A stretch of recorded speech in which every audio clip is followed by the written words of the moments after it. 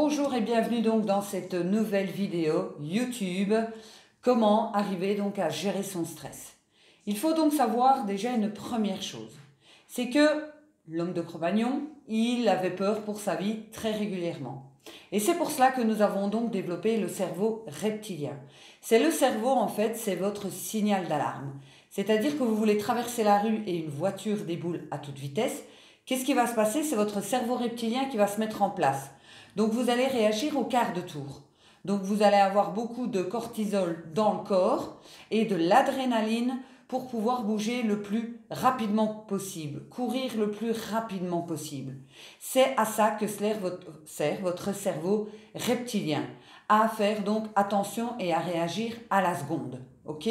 Seulement quand il y a un grand stress comme ça, une grande peur comme ça, qu'est-ce qui se passe? C'est qu'après vous êtes très fatigué parce que le corps doit récupérer de toute cette adrénaline qui a donc été disséminée dans votre corps. Et le cortisol qui est donc là, effectivement, pour protéger vos muscles, etc.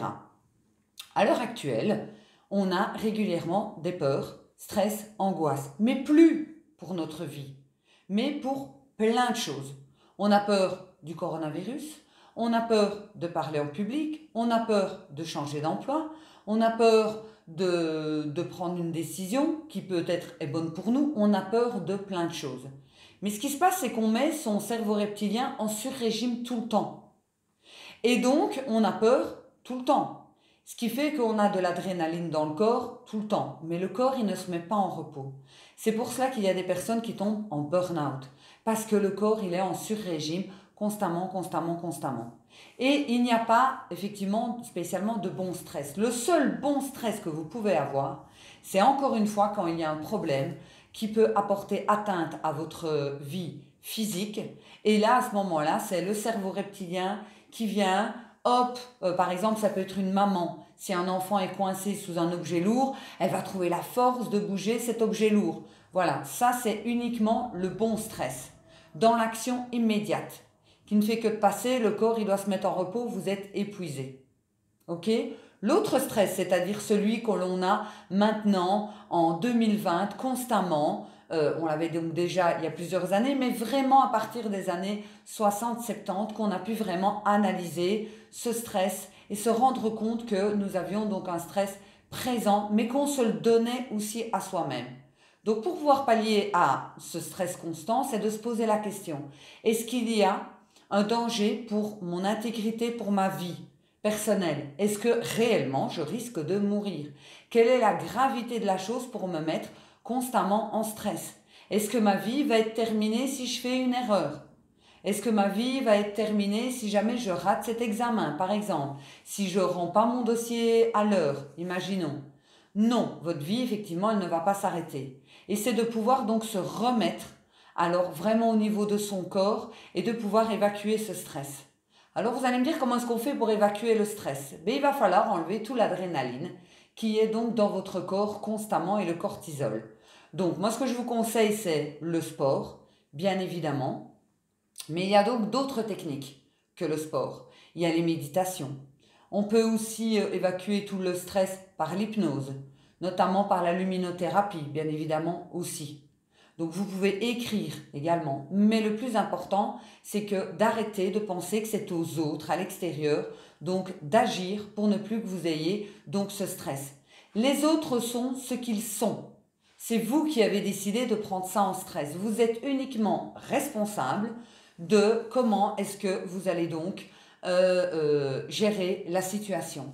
C'est vous qui décidez de vous mettre en stress, ce n'est pas l'autre. Oui, ok, l'autre personne, elle a activé. Elle a activé peut-être une partie du cerveau reptilien. Mais c'est vous qui choisissez de rester toute la journée, toute la semaine peut-être, tout le week-end, dans cet état de stress. Donc vous avez ce pouvoir de réellement changer les choses et de dire stop. Pour ça, il n'est pas nécessaire que je me mette en stress. C'est pas bon pour mon corps parce qu'il faut savoir aussi que plus vous allez être en stress, plus votre immunité va diminuer. Plus votre immunité diminue, eh bien, ça veut dire que vous pouvez être sujet à ramasser tout ce qui passe. Grippe, etc. Dont, on en parle beaucoup pour le moment, le coronavirus, bien évidemment. Donc, le stress ne rend pas service. Ni même quand vous pensez « je travaille mieux sous stress ». Est-ce que vous en êtes certain? Parce que le stress va enlever la créativité. Et donc quand on a un travail, il faut pouvoir rebondir, tourner les choses autrement, ou alors on va nous demander d'être créatif. Et si vous n'arrivez pas à être créatif, ça va en plus vous mettre en stress parce que vous avez pris du temps, etc. Donc il est très très important de bien se rendre compte qu'il n'y a pas de bon stress et de pouvoir prendre des moments dans la journée pour pouvoir évacuer ce stress, des exercices de respiration notamment. Je vous invite aussi à manger sainement, à passer des nuits qui sont réellement réparatrices. Ce n'est pas le nombre d'heures qui est important, c'est la qualité donc du sommeil.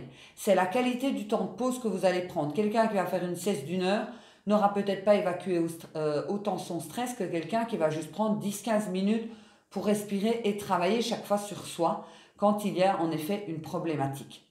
Donc le stress, c'est le mal du siècle. Le stress vous donne des douleurs de dos, épaules, etc. C'est pour ça qu'il est vraiment important de l'analyser, de s'en rendre compte avant d'arriver au burn-out. Parce que le burn-out, c'est il y a trop de stress. Le corps, il vous prévient, il vous envoie des signaux. Vous ne dormez plus, vous avez mal partout, aux épaules notamment, aux bras, etc. Et vous continuez. Donc vous êtes tout le temps sur régime.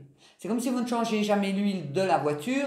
Il y a un moment donné, qu'est-ce qui se passe? Le moteur, il claque. Il faut savoir que quelqu'un qui a été en burn-out ne reviendra jamais comme elle a été. Elle sera beaucoup plus vite fatiguée.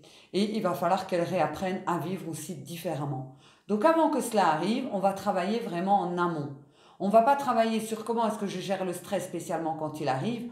On va déjà travailler sur, on va déjà éviter tout ce stress. C'est pour ça que prendre soin de soi et s'accorder des moments de pause, c'est super important.